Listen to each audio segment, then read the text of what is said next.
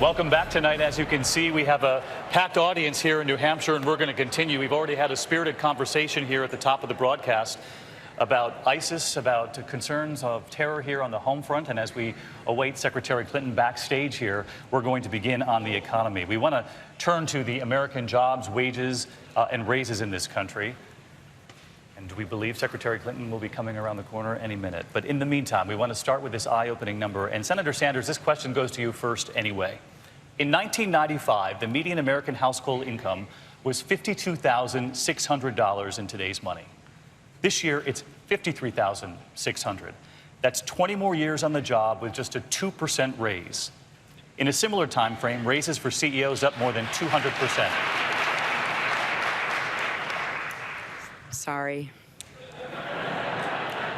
We're going to continue here, and Secretary, you'll get a chance on this too. But as I pointed out, the CEO pay up 200% in that time, for that family up just 2%.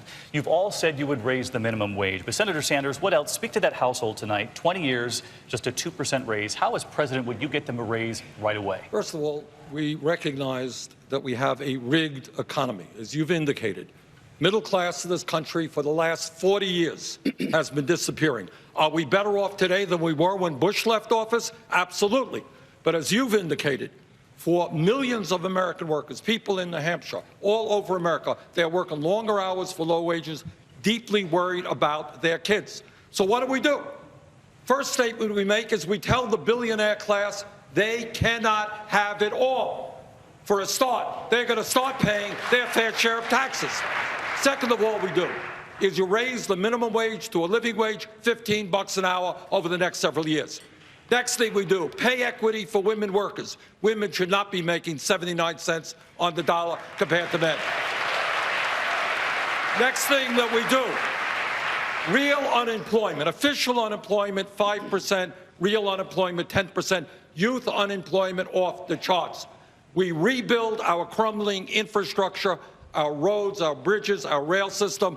We create 13 million jobs with $1 trillion investment. Furthermore, in a competitive global economy, it is imperative that we have the best educated workforce in the world. That is why I'm going to have a tax on Wall Street speculation to make certain that public colleges and universities in America are tuition free. Senator Sanders, thank you.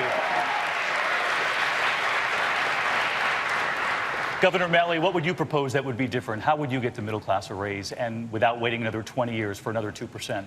Look, these are the things that we did in my own state through the recession. We actually passed a living wage. We raised the minimum wage.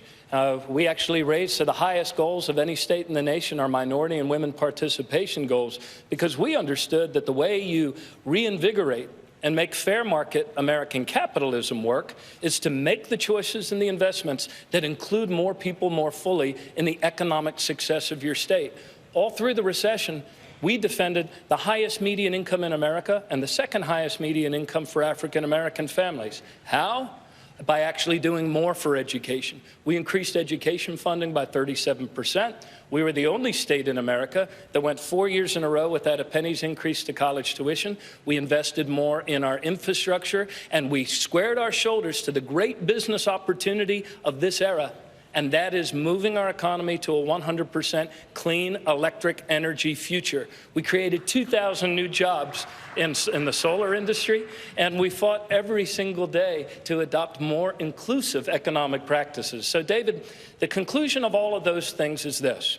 They weren't hopes, they weren't dreams, they weren't amorphous goals out there. We actually took actions to do these things. And as president, I have put forward 15 strategic goals that will make wages go up again for all American families. Universal national service as an option for every kid in America to cut youth unemployment. And I am the only candidate on this stage to put forward a new agenda for America's cities so we can employ more people in the hearts of great American cities and get them back to work. Governor, thank you. Secretary Clinton, as you were walking in, I was talking about the median American household getting a 2% raise over the last 20 years. That CEO pay in that same time frame has gone up 200%.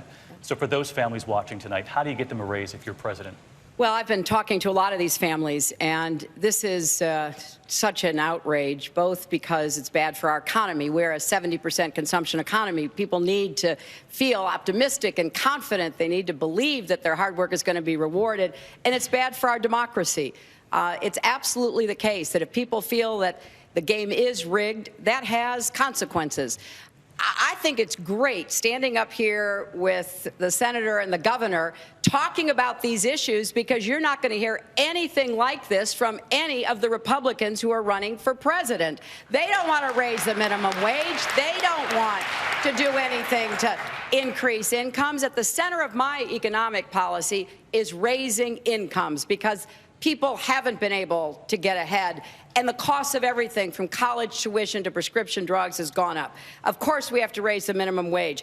Of course, we have to do more to incentivize profit sharing, like we see with Market Basket right here in New Hampshire and New England, where all of the employees get a chance to share in the profits.